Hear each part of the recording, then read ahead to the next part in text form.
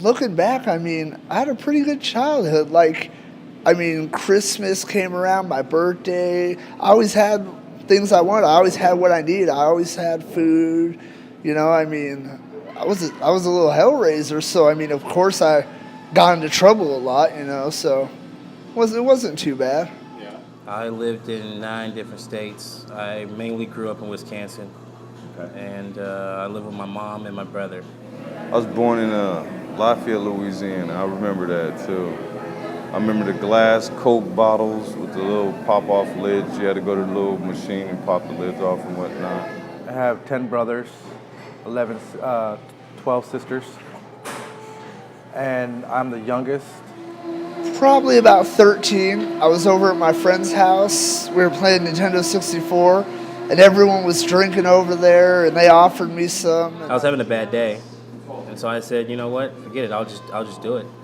Now, see, my dad had this plate, right? It was an oval-shaped plate, and it was tan, right? And he used to keep it in the end table. And I used to get them grandma's sacks.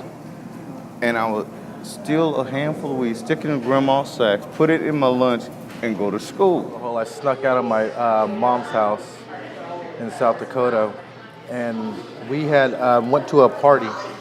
I've been to the Justice Center. I've been booked into the Justice Center 42 times in 10 years. I started losing things. I started losing my apartment. I lost my job. My finances were getting slow, so I started having to do criminal activity in order to keep my finances up. I wanted to be the ruffian. I remember my objective in life was to be on America's Most Wanted. I stopped selling drugs, and I'm buying drugs now, and I'm sleeping under covers, and there's spiders around me. And I realized at some moment, just playing my video game and my phone disconnected, that I lost everything. That like everything that I had worked so hard in my 20s for was all gone. I had used up every resource. Most of the businesses didn't want anything to do with me. And I realized that I needed some kind of help, but I didn't know what that looked like. Well, I was riding a bike, and I was using just my feet to pedal, and I was doing a shot of heroin while I was riding the bike pedaling with my feet. And it was in broad daylight coming by Pioneer Square. I did the shot, holding the needle out of my arm, and the next thing I know, like I must have nodded out like you do on heroin, because the next thing I know is I'm flying over the handlebars through the air. I land arm and teeth first on the max tracks. I stand up, I'm holding my face, I'm like, oh no, oh no. I take a step back and I get hit by a car. Fly through the air, land. At this point, I'm crying. Like, I'm spitting blood out, chunk of my tooth, and I'm crying now. Like, it hurts so bad. Someone comes up and they're like, oh, I called the cops. I immediately stop crying. I'm like, why'd you call the cops? He's like, the dude that hit you sped off. I hobble over the best I can to my bike, grab it, start dragging it down the street to get away. I waited 2 weeks to go to the hospital. My arm was about the size of a basketball all the way around. They said that if I had waited another 8 hours to come in, they would have had to amputate my arm at the shoulder. They said another 8 hours after that, the blood infection would have reached my heart and I'd have been dead. Because life in prison wasn't it, and I was quickly growing out of it after the first 10, 15, 20 years of it. And I would stand on the yard and be envious of people driving by in their cars, wondering where they were going. How come I can't go with them? And I want to do the same thing. I found myself in Wyoming, and I didn't even know how I got there. I've drank so much and did so much drugs that I ended up in Wyoming, and the people that drove me to Wyoming already left.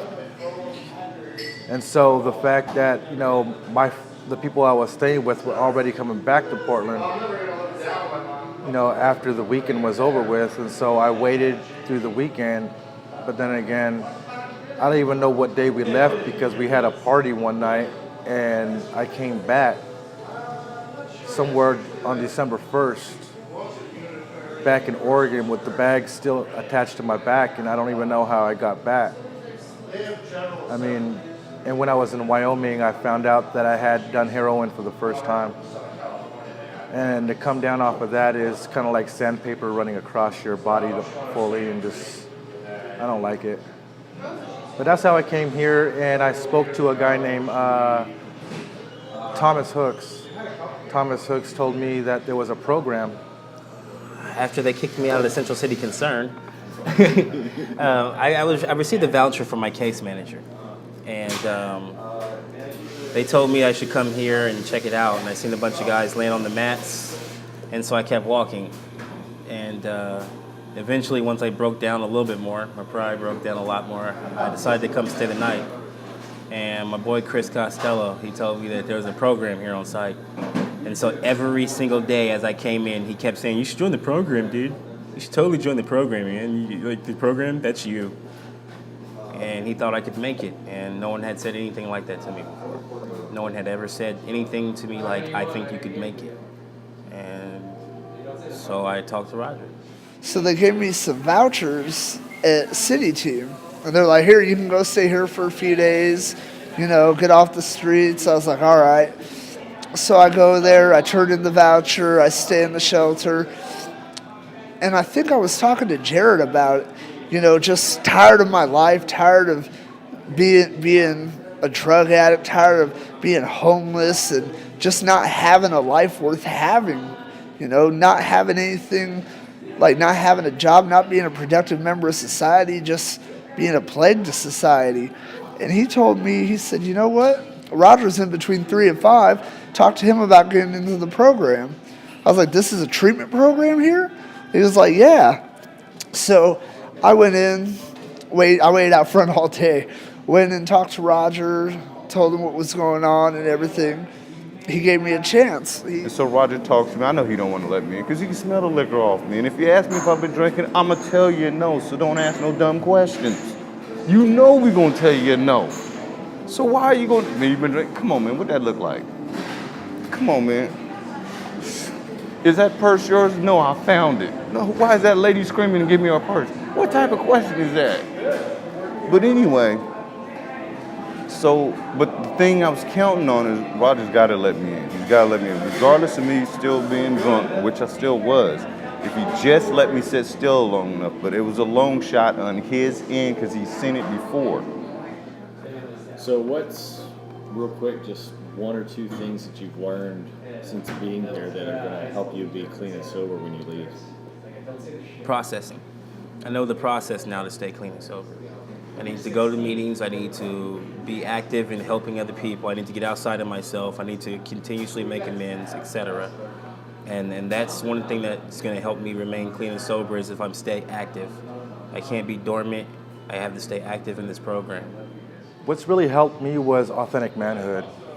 It let me know how to cultivate as a man, to understand who I am as a man, on how I treated women. I found out my place as a man was I was a hard worker and spent more time at work. And I gave my family the leftover me, which caused a lot of fights and caused me back into my addiction. At one time, I had 10 years clean. And till this last binge, I really didn't know who I was. It took me 20 years to understand that I was treating women wrong. But I think the biggest thing that's going to help keep me sober is my relationship with God. Because I've shunned him my whole life, haven't thought about him, When he was brought up, I was like, oh, screw that dude, He's the reason I'm so messed up. When I had to realize I had to start being honest with myself that it's all my doing. Like, no one made me go stick a needle in my arm. No one got me high. But now that I have a relationship with God, I see that there's more out there. I know that there has to be a power greater than myself to help me with this. Otherwise, I'm not going to I can't do it by myself. Otherwise, I would have already done it.